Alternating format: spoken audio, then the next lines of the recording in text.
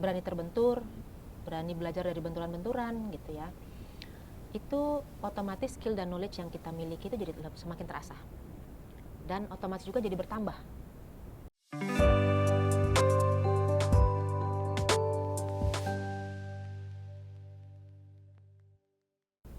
Halo Easy-verse, selamat datang di podcast Inner Tribe, tempat kita ngobrol bareng dan santai yang pastinya bakalan bikin kita tumbuh bareng dari dalam. Seneng banget di sini aku Mita, aku bakalan nemenin teman-teman nih untuk membahas hal-hal yang seru dan juga menarik. Apalagi hari ini spesial banget karena ini adalah episode perdana kita dengan mini series yang kita beri nama Apa Yang Tidak Dikatakan Orang Dewasa. Dan untuk kali ini kita lebih fokus ngobrolin tentang menjadi dewasa itu melelahkan. Kok gini sih rasanya menjadi dewasa? Wah, pasti banyak nih teman-teman Easy-verse yang relate dengan pembahasan kita kali ini. Tapi tunggu dulu, karena pastinya aku nggak sendirian. Aku sudah ditemani dengan narasumber yang luar biasa, yang pastinya akan berbagi tentang cerita hidupnya, tips and trik kehidupan, dan beliau ini adalah founder dari Inner Tribe itu sendiri. Jadi kita langsung sapa aja yuk bareng-bareng. Halo Coach Sari. Halo. Gimana kabarnya hari ini? Alhamdulillah baik. Udah siap ya kita ngobrol-ngobrol nemenin Easy-verse di sini ya? Siap. Oke. Tapi nih Coach, pasti banyak nih dari teman-teman Easy-verse yang bertanya-tanya kok panggilannya Coach ya? Karena kan selama ini Coach itu berhubungan dengan olahraga gitu. Jadi boleh gak sih diceritain kayak Coach ini tuh fokusnya di bagian apa, di bidang apa gitu Coach? Oke, baik. Ya, coach bola ya. Iya. Coach basket gitu Basket ya. volley gitu. Ya, jadi saya fokusnya itu di self leadership. Coach untuk di self Oke, leadership. apa tuh self leadership Coach? Self leadership. Jadi self leadership sendiri kan kemampuan untuk memimpin diri sendiri ya. Kemampuan memimpin diri sendiri untuk mencapai tujuan tertentu baik secara pribadi maupun profesional. Nah, kehadiran coachnya sendiri adalah untuk mendampingi, membantu individu tersebut agar produktif, efisien, dan juga lebih termotivasi dalam mencapai tujuannya. Wah, ini ilmu baru nih, insight baru juga buat kita dan pastinya teman-teman Easy-verse, karena ternyata coach itu nggak harus berhubungan dengan olahraga, tapi bisa juga coach yang memang fokusnya adalah di bagian self leadership gitu ya, Coach Sari ya. Oke, Coach Sari, kita langsung balik lagi nih ya ke inti pembahasan kita, yaitu menjadi dewasa. Banyak nih pasti yang bakal diceritain ya. Oh, banyak. Kayaknya lebih dari 2 jam ini ya. Enggak ya, enggak, tenang. Jadi kita kan bakal ngomongin tentang menjadi dewasa yang super melelahkan gitu ya. Karena sebenarnya nih ya, kalau misalkan kita balik lagi ke masa lalu kayak waktu SD, SMP ataupun SMA, rasanya kan mau buru-buru gitu ya. Mau jadi dewasa, mau buru-buru mandiri, mau serba ngapain juga sendiri. Tapi setelah menjalani kehidupan dewasa, ternyata sangat berbeda gitu. Tidak sesuai ekspektasi.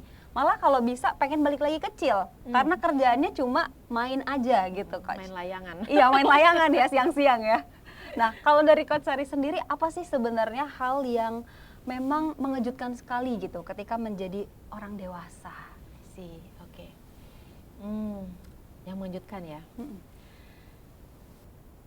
Jadi ketika saya tamat kuliah gitu ya, umur 20-an lah, 20-an awal tamat kuliah, kemudian kerja gitu. Jadi saya berpikir dewasa itu ketika sudah punya penghasilan sendiri. Nggak bergantung sama orang tua, jadi bisa ngambil keputusan sendiri, nggak perlu izin-izin lah gitu, nggak perlu ngobrol dulu, nanya dulu sama orang tua. Gitu. Saya pikir dewasa itu tentang itu gitu. Suatu kebebasan lah ya gitu. Tapi ternyata realitanya dewasa itu ya memang melelahkan ya, karena terkait dengan tanggung jawab, kelelahan mental, juga tuntutan sosial yang nggak berhenti-berhenti. Oke, jadi menjadi dewasa nggak sesederhana itu ya, sesederhana memutuskan semuanya sendiri. Betul. Tapi ada tuntutan yang bertambah, kan beban kita juga bertambah ya Coach ya. Tapi ada nggak sih Coach nih momen-momen kayak Coach benar-benar sadar kayak gue udah dewasa loh di titik ini, udah bukan anak-anak lagi, udah bukan remaja lagi, tapi udah menjadi orang dewasa seutuhnya gitu. Oke. Wah, ini jadi KLBK ya, kenangan lama bangkit Balik kembali. lagi ya. Oke. Itu waktu saya pertama kali kerja, waktu itu saya jadi lawyer. Oh, lawyer. Saya lawyer, saya sempat jadi lawyer di bilangan Gatot Subroto lah, Jakarta Selatan. Penghasilan saya lumayan besar ya, bagi saya pada saat itu. Terus saya bisa beli apa saja yang saya mau. Semuanya ya. Bisa beli Langsung apa saja yang saya check mau. out aja ya. Check out. Terus kebetulan rumah saya karena jauh, jadi saya harus ngekos ya. Dan saya ngekos di daerah elit lah. Gitu. Terus saya bisa ya udah ngapa-ngapain sendiri, intinya seperti itu ya. Pokoknya masa dimana benar-benar petantang-petenteng lah gitu. Jadi tuh Semuanya kayak berubah sendiri udah ya. gede nih gitu, merdeka, semua ada di tangan saya gitu. Itu ya, momen-momen yang ngerasa bener-bener dewasa, gak Iya. butuh siapapun, petantang-petenteng. Tapi kan itu dari segi mandiri lah ya, semuanya bisa dilakukan sendiri. Tapi tadi coach bilang memang ada juga tuntutan yang bertambah, beban bertambah, tanggung jawab pun bertambah. Pastinya melelahkan dong. Melelahkan. Capek banget gak? Capek ya? Capek. Tapi kalau dari coach sendiri, apa sih hal yang memang bikin capek banget gitu loh? Hal yang sangat melelahkan menjadi orang dewasa. Ekspektasi. Jadi ekspektasi dari luar ya, dari orang lain. Let's say kita diharapkan menjadi anak yang bisa dibanggakan orang tua. Buat yang punya pasangan diharapkan menjadi pasangan yang selalu bisa diandalkan tanpa cacat celah. Tanpa gitu cacat ya. celah ya. Terus kemudian kalau di pekerjaan kita diharapkan untuk selalu produktif. Itu bahkan juga di lingkungan pertemanan juga ya ada ekspektasi tertentu gitu dari luar. Dan itu semua sometimes membuat kita tuh lupa untuk memiliki waktu untuk diri sendiri. Gue ini sebenarnya pengennya apa sih? Pengennya gimana sih? Tanpa terpengaruh oleh ekspektasi dari luar. Sebenarnya what do I want? Apa yang benar-benar sebenarnya gue pengen? Oke, jadi sampai kehilangan arah juga ya? Karena terlalu menuruti dan hidup hanya untuk memuaskan ekspektasi orang lain, sampai kita bertanya pada diri sendiri kayak, ini sebenarnya yang gue mau atau bukan sih? Iya, Ya nggak sih, lupa Coach? untuk itu gitu. Sampai lupa gitu ya. Iya, karena fokusnya untuk memenuhi ekspektasi yang dari luar itu orang lain, ekspektasi orang lain. Tapi sebenarnya ekspektasi diri sendiri itu apa? Oke. Gitu. Itu yang sering lupa. Sering terjadi juga gitu ya. Tapi kalau misalkan tadi kan kita ngomongin ekspektasi gitu ya, yang memang bikin capek, bikin sangat draining banget gitu. Nah, tapi aku juga sering lihat nih, kebanyakan orang dewasa tuh pura-pura baik gitu ya. Maksudnya pura-pura terlihat baik. Kayak, padahal kan tadi banyak tuntutan, banyak beban, banyak tanggung jawab. Tapi kenapa ya mereka kadang suka yang ditampilkan yang hanya baik-baiknya aja gitu, atau bisa dibilang kayak toxic positivity gitu. Jadi kayak semuanya berjalan sesuai dengan rencana, ekspektasi. Kenapa bisa kayak gitu ya, Coach? Oke. Ya itu tadi ya. Bisa jadi karena ekspektasi ya tadi ya, kembali lagi ekspektasi. Kadang itu nggak pengen kelihatan lemah gitu, ada gengsinya juga gitu. Apa kata dunia gitu kalau gue ternyata nggak bisa diandalkan? Apa kata dunia kalau ternyata gue tidak bisa memenuhi harapannya dia gitu ya. Terus udah gitu apa kata dunia kalau gue terlihat lemah? Jadi emang harus kelihatan baik-baik I'm aja. fine gitu, walaupun di belakangnya urusan belakangan deh gitu. Hanya gue yang tahu. Hanya gue itu capek gitu. Sebenarnya dalam hatinya tuh rapuh lah ya, Coach ya. Ya bisa dikatakan begitu. Seperti itu ya. Tapi yang dimunculin ya udah yang baik-baiknya aja. Kadang sampai lupa apa yang dirasain sama diri sendiri karena saking ingin terlihat baik dan terlalu takut gitu. Apa kata orang kalau misalkan gue menunjukkan sisi lemah gitu, atau kalau misalkan nangis. Karena akan ada ketakutan seperti itu juga ya, Coach ya. Tadi Coach juga mention tentang gengsi gitu. Karena kadang sebagai orang dewasa tuh gengsi untuk ngakuin sesuatu. Berarti Coach dulu sempet ada gengsi juga dong. Berarti banyak juga emosi-emosi yang terpendam nih, yang tidak dicurahkan gitu. Apa sih Coach emosi yang dari dulu tuh sering banget Coach pendam karena ya itu gengsi untuk mengakuinya? Tentunya ada ya gengsinya juga ya. Semua orang ya. Tapi ada satu yang saya ingat ya. Yang paling saya rasakan itu loneliness. Oke, loneliness ya. Loneliness. Jadi walaupun saya dikelilingi oleh teman-teman gitu ya, rekan kerja gitu. Dan karena saya merasa bahwa saya bisa melakukan segala sesuatu sendiri, saya bisa memenuhi ekspektasi orang lain itu sendiri gitu ya. Jadi kayak ngerasa yang nggak ada orang lain yang bisa saya andalkan gitu. Karena saya merasa itu saya bisa ngerjakan sendiri. Dan walaupun setiap pulang kantor tuh ya ngopi-ngopi lah ya sama teman-teman gitu, hampir tiap hari. Nongkrong-nongkrong cantik ya? Ya nongkrong cantik, ngopi-ngopi cantik dari dulu mas sudah ada. Udah ada ya, gitu. berarti nggak fenomena sekarang doang ya Coach ya? Enggak, itu weekdays, kalau weekend lain lagi. Oh beda lagi gitu ya? Bukan agendanya ngopi. beda lagi Bukan gitu ya? ngopi. Bukan ngopi ya? Ya jadi, tapi begitu selesai hahihi segala macam, balik lagi ke kosan atau pulang ke rumah, ya saya merasa lonely gitu. Itu yang tapi saya nggak bisa ungkapkan.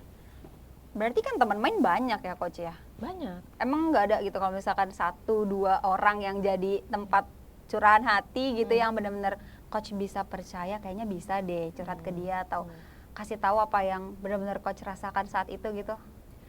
Ada, maksudnya yang temen yang benar-benar deket gitu ya, adalah 1-2 gitu ya.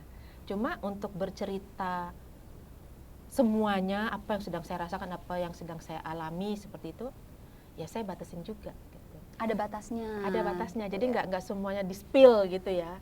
Karena ada kekhawatiran juga gitu, kayak aduh ntar gue oversharing nggak ya gitu. Atau nanti malah adu nasib. Oh, sering terjadi itu ya. Niatnya Gitu. curhat malah berujung adu nasib ya. Gitu. Dan jadinya ya saya tahan-tahan juga gitu kan, maksudnya ya karena kekhawatiran itu gitu, nggak bisa lepas juga, kembali lagi jadi balik ya semua dihadapin lagi ke diri sendiri ya. Jadi memang ada kekhawatiran malah takutnya oversharing, bahkan nanti apa yang kita ceritain jadi mengubah sudut pandang mereka ke kita juga ya Coach ya. Itu yang Tapi saya khawatirkan banget gitu. Sebaiknya apa sih yang bisa at least kita lakukan gitu ketika kita menghadapi masalah kayak gitu, benar-benar nggak ada orang yang mungkin bisa kita share, yang bisa kita curahkan gitu, apa yang sebaiknya dilakukan? Oke. Ya kalau pada masa itu setahu saya belum ada ya, atau mungkin sudah ada tapi ya mungkin belum. Tidak aware aja gitu tidak ya. aware ya. Tapi kalau sekarang tuh mungkin bisa dengan join community, community di situ bisa teman-teman gitu ya bisa sharing di situ tanpa merasa ada rasa khawatir bahwa nanti akan digibahin keluar gitu ya. Dan contohnya misalnya bisa juga join di Inner Tribe. Oke. Itu bisa saling sharing, saling menguatkan gitu ya. Dan kita juga ada kode etiknya ya. Jadi di Inner Tribe itu no judgment, no expectation, dan juga anggaplah wadah Inner Tribe ini sebagai safety net, easy first untuk mencurahkan segalanya. Dan plusnya lagi di Inner Tribe itu ada coach-coach profesional yang akan mendampingi teman-teman. Jadi sometimes kan kita setelah bercerita udah gitu, unek-unek keluar udah gitu, tapi berhenti di situ apa ya nih, gitu kedepannya aku harus gimana gitu kan ya. Aku sebenarnya ada yang mau aku tuju, tapi gimana aku bingung gitu. Nah coach itu mendampingi teman-teman Easy First untuk bisa menggali apa sih potensi yang dimiliki, apa kekuatan yang dimiliki gitu kan, untuk lebih produktif, efisien dan juga jadinya lebih termotivasi untuk mencapai apa yang menjadi tujuannya itu. Wah, jadi keren banget kayak semuanya bisa didapetin ya Coach ya. Bukan cuma teman sharing, tapi pastinya akan ada bantuan dari profesional, yaitu coach-coach yang bisa menggali lagi nih potensi teman-teman itu sendiri.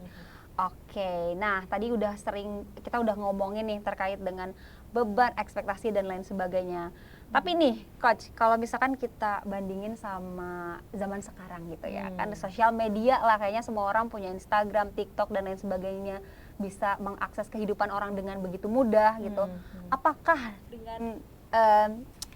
dengan pesatnya teknologi itu malah bikin PR kita sebagai orang dewasa ini jadi lebih berat gitu?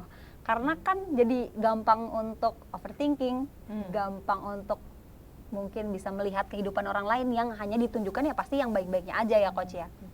Kalau menurut Coach sendiri gimana? Lebih berat gak sih tekanannya? Oke, tekanan ya.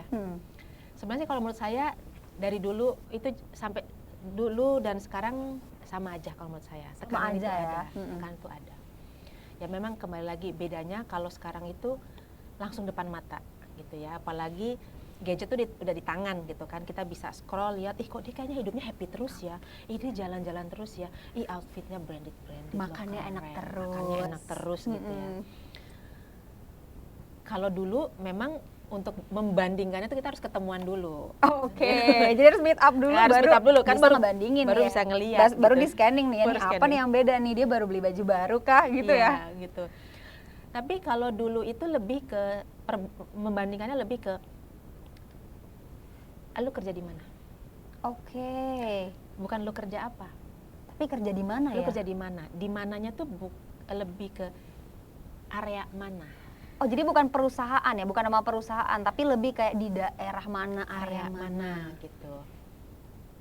Jadi kebetulan saya di Jakarta ya, daerah kerjanya, wilayah kerjanya. Jadi dulu tuh sampai ada istilah WTS. WTS, mohon maaf. Mbak-mbak SCBD minggir dulu karena ini Minggir ada dulu. mbak-mbak WTS gitu ya. Ada mbak-mbak WTS. Jadi itu kalau udah ada nama WTS-nya gimana tuh, Coach? Sorry. WTS itu singkatan dari Wanita Tamrin Sudirman. Oke. Jadi lu kerja di mana? Di Tamrin. Oh, keren. Udah ya. Sudirman keren gitu. Gatsu termasuk Masuk? keren. Oke. Kuningan lebih Rasuna Said itu keren. Cuma saya nggak tahu kenapa waktu itu belum ada singkatannya ya, baru WTS aja. Baru WTS gitu. aja.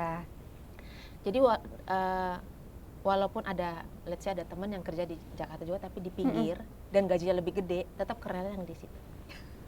Di WTS itu ya, WTS beserta itu. Kuningan dan Gatsu. Gatsu lebih keren itu gitu. Oke. Terus kemudian baru kedua outfit.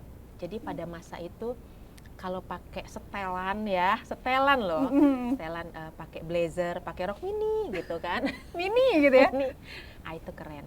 Udah outfitnya itu kerjanya di Tamrin, Sudirman, Gatsu, Rasuna, itu Top deh top. pokoknya ya. Walaupun kadang gajinya habis buat beli outfit, Buat check out ya di Shopee ya. Oh, belum Belanja. ada. Oh, belum ada ya. langsung ke toko. Langsung ke Tanah Abang kali ya, Coach ya? Bukan ya? Kadang itu malah ada masanya yang saya gini, saya mau beli setelan itu, terus kemudian di toko ini nih ya, oh kita stoknya habis, adanya misalnya di Toko lain gitu. di tokonya yang lain gitu. Mhm.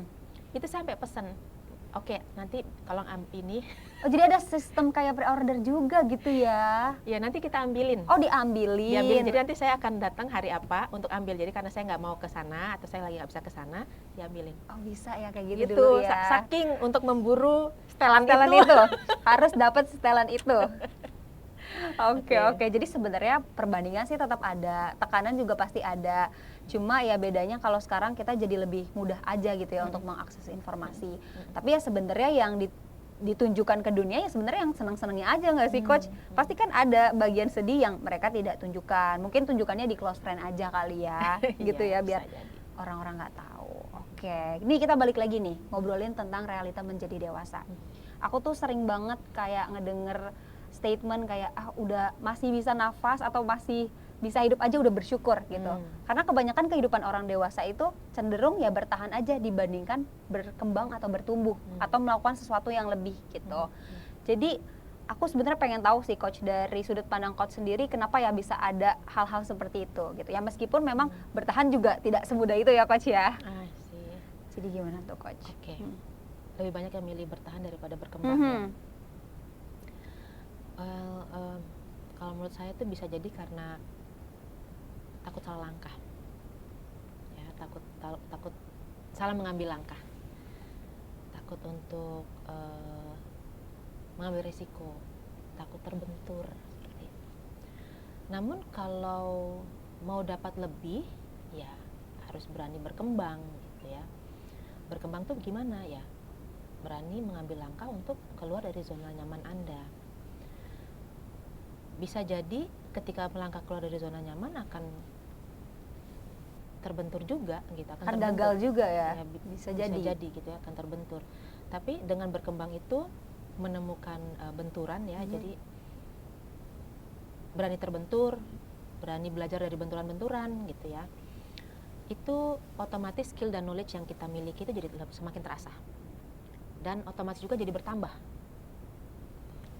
Dan saya pernah baca buku udah lama banget, cuma saya lupa judulnya apa. Tapi yang saya ingat banget gini, 99% kekhawatiran kita itu semua tidak terbukti. Jadi buat apa rent free untuk yang 1%? Gitu ya. Lebih baik mencoba dan kemudian gagal, jadi bisa ambil pelajaran dari situ. Apa sih yang bikin gagal dan kemudian belajar untuk memperbaiki dan menjadi berhasil, daripada tidak pernah mencoba sama sekali. Jadi itu pun jadinya nggak tahu apakah saya gagal atau berhasil. Seperti itu. Oke, jadi intinya berani mencoba aja dulu ya. Karena ya gitu, kalau misalkan kita nggak memutuskan untuk ya udahlah, nggak mau ngambil resiko sama sekali, ya udah kita 100% gagal. Tapi kalau misalkan kita berani mencoba, masih ada kemungkinan loh. Ini 50-50 loh. Mungkin ada keberhasilan, even gagal pun ada hal yang bisa kita ambil. Ada pembelajaran yang bisa kita ambil ya, Coach ya. Oke. Nah, ngomong-ngomong tadi soal takut gagal. Kalau misalkan mencoba itu pasti ada kegagalan lah. Kalau Coach sendiri gimana nih? Ada nggak sih? Boleh diminum dulu, ini kayaknya agak sedikit berat ya nih Baru saya mau bilang, saya minum dulu ya. Boleh silakan. Oke. Oke. Kita balik lagi nih ya. Minum Enak. dulu. Enak ya? Kopinya enak. Oke, luar biasa. Jadi nih ngobrolin tentang kegagalan. Kalau Coach sendiri pernah nggak sih ada di momen-momen kayak merasa gagal atau mungkin menghadapi kegagalan dan itu masih membekas gitu sampai sekarang? Pasti nginget gitu ya. Ini kita agak kembali ke masa lalu ya. Oke. Kegagalan ya. Saya pernah mengalami pemutusan hubungan kerja di PHK ya. Beberapa saat sebelum Lebaran. Oke. Gitu. Nah, jadi pada waktu itu memang sistem kerjanya itu kita mengerjakan proyek-proyek gitu ya, proyek-proyek. Dan kebetulan waktu itu satu proyek besar ini sudah selesai memang gitu. Dan sepengetahuan saya sudah ada proyek-proyek lain yang lagi nunggu nih untuk dikerjakan juga. Tapi kemudian saya dipanggil ke meeting room, terus disampaikan ada satu atasan saya menyampaikan bahwa saya sudah tidak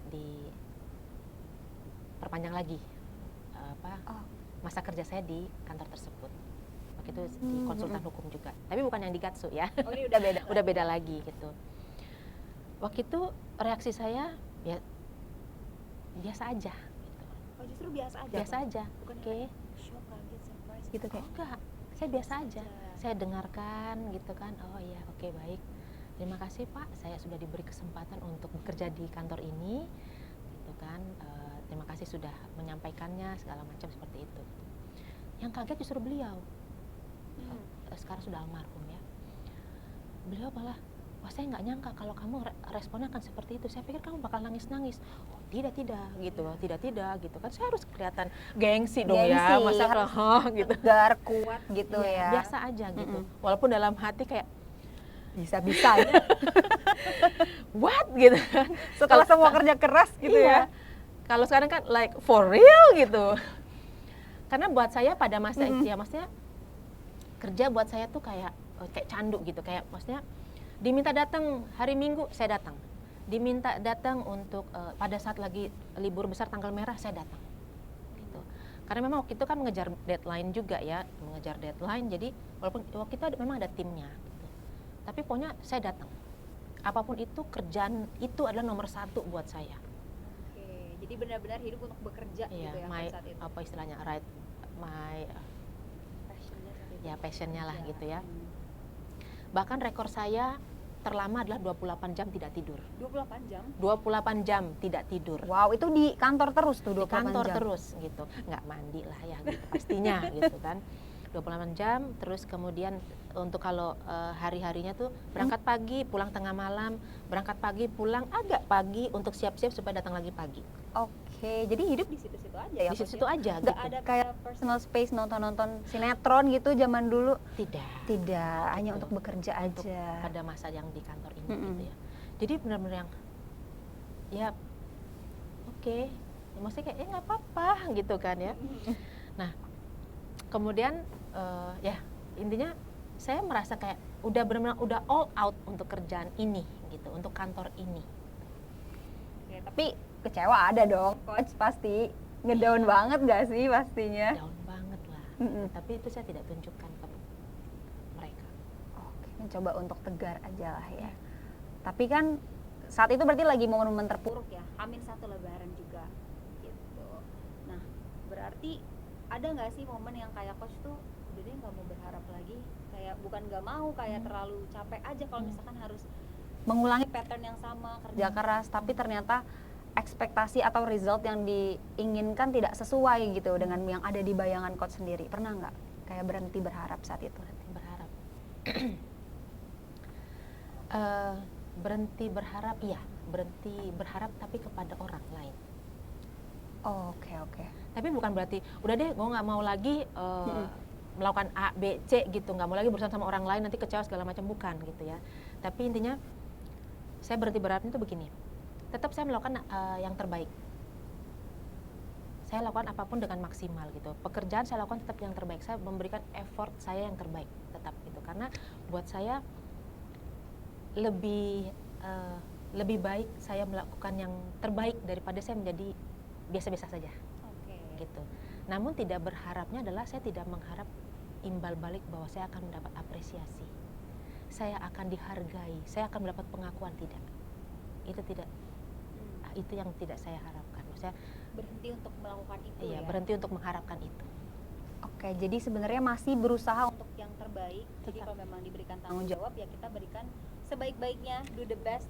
Tapi yang harus kita stop di sini adalah ya respon orang lain gitu. Kita nggak usah terlalu berekspektasi yang gimana-gimana terhadap respon orang lain. Karena itu bukan tugas kita nggak sih coach. Kita nggak akan bisa mengkontrol apa yang akan dilakukan orang lain terhadap kita gitu. Karena bakal capek-capekin juga ya. Capek ya kalau balik lagi ekspektasi lagi. Jadi lebih baik kita cukupkan saja. Kita do the best. Selebihnya udah bukan urusan kita lagi. Oke, berarti nggak berhenti berharap dong ya. Terus maju nih, gimana cara bangkitnya? Itu kan yang sulit banget itu sebenarnya, cara bangkit dari keterpurukan gitu ya. Gitu ya. Ada cahaya-cahaya putih gitu ya. Oke, jadi jauh sebelum itu gitu ya. Saya tuh sebenarnya punya satu prinsip bahwa apapun hal yang nggak mengenakan yang sedang saya alami atau saya hadapi, suatu hari nanti saya akan menertawakan momen itu. Ya bukan serta-merta ya gitu ya, ada masalah langsung gitu ketawa di pojokan, waduh gitu kan.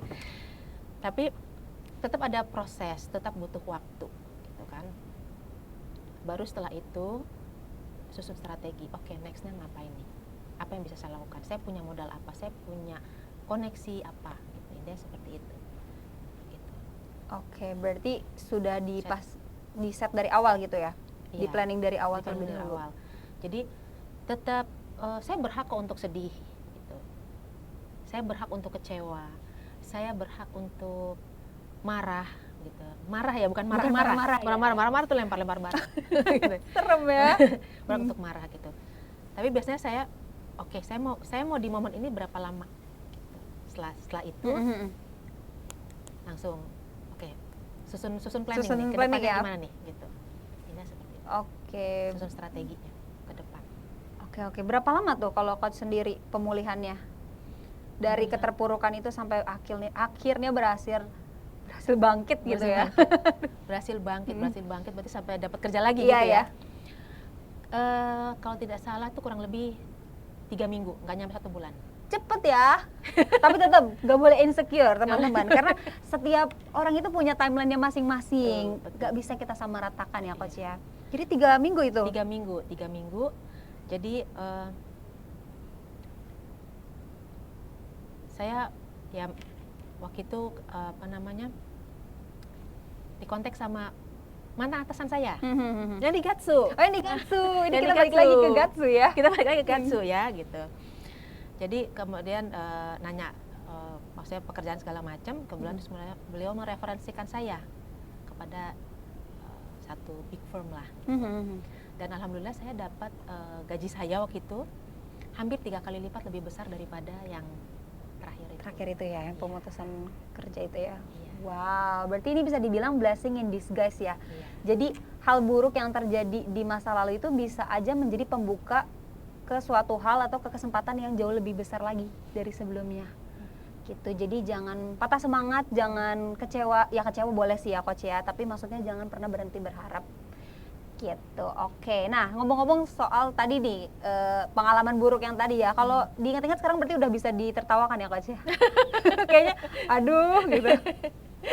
Oh tentunya gitu. Dan saya masih ingat waktu itu pulang dari kantor itu ya harus hemat dong ya. Saya naik ojek, terus saya telepon lah adik saya.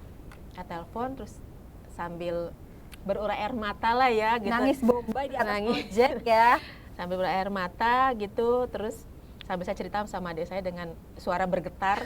Terus abang ojek itu saya masih ingat ngomong gini, ya Allah Neng, yang sabar ya Neng, itu mana besok lebaran. Oh tambah kenceng saya nangis. Berarti abang ojeknya nguping ya coach ya, dia selama lagi curhat itu dia ikutan nguping, dia mungkin ikutan sedih kali, terbawa emosi dia, aduh di besok lebaran, iya berempati juga. Sehat-sehat ya abang ojeknya ya, itu masih jadi opang nggak ya dia ya? Apa udah beralih jadi ojek online kayaknya ya coach ya? Bisa jadi Bisa mungkin. jadi ya. Oke, berarti prosesnya juga nggak mudah lah ya, dari keterpurukan, terus mencoba menerima apapun yang terjadi dan bangkit lagi, nyusun strategi, nggak mudah gitu. Dan pastinya banyak nilai yang Coach Sari sendiri tanamkan gitu. Nah kalau di Inner Tribe sendiri juga ada nih coach value yang kita punya, yaitu grow, grit, reflection, openness dan juga warmth. Nah dari keempat value ini mana nih menurut Coach Sari yang paling mengena? Grit. Grit ya langsung nih, Grit. tanpa ragu. Ya, grit. Jadi bukan hanya tentang kerja keras ya, tapi mempunyai pola pikir untuk bertumbuh, terus kemudian berani menerima tantangan dan senang untuk mempelajari hal-hal yang baru. Oke, ini relate ya sama tadi pengalaman aslinya coach ya, yang tadi keterpurukan tapi tetap bisa bangkit dan mencoba hal yang mungkin datang di depannya gitu. Oke, sekarang kita lanjut ke bagian bisa dibilang penutup ya. Sebelum penutup lah gitu. Apa sih coach hal yang pengen banget coach tahu dari awal tapi gak ada satupun orang yang ngasih tahu coach ini gitu tentang menjadi dewasa gitu. Oke. Nggak harus pura-pura kuat. Kalau butuh bantuan ya bilang aja gitu, just ask. It's okay kok kalau kita itu sekali-sekali kelihatan lemah. Oke, jadi nggak usah sok kuat ya. Namanya manusia merasa lemah, merasa sedih, itu wajar. Jangan dipendam sendirian karena nggak baik juga. Oke, kalau gitu boleh dikasih pesan terakhirnya untuk teman-teman Easyverse yang lagi menonton dimanapun mereka berada ya coach ya. Iya. Silahkan. Oh pesan terakhir ya. Iya, pesan terakhirnya. Easyverse, hidup itu memang tidak selalu indah, tidak selalu mudah. Dan kamu nggak harus kok jalanin itu sendiri.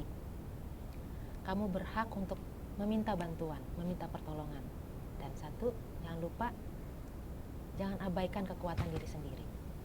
Wow, keren banget. Terima kasih Coach Sari untuk penutupnya dan sekaligus episode pembuka yang sangat hangat dan mengena nih ya buat teman-teman Easyverse. Dan untuk teman-teman Easyverse juga terima kasih banyak sudah meluangkan waktunya untuk menonton podcast ini. Dan buat teman-teman yang mau nonton lagi nih, bisa banget asalkan teman-teman join Discord kita ya. Ya. Gitu. Jadi boleh klik link di bawah ini terus isi form dan kalian bisa join komunitas kita. Dan di situ banyak banget benefits yang akan kalian dapetin.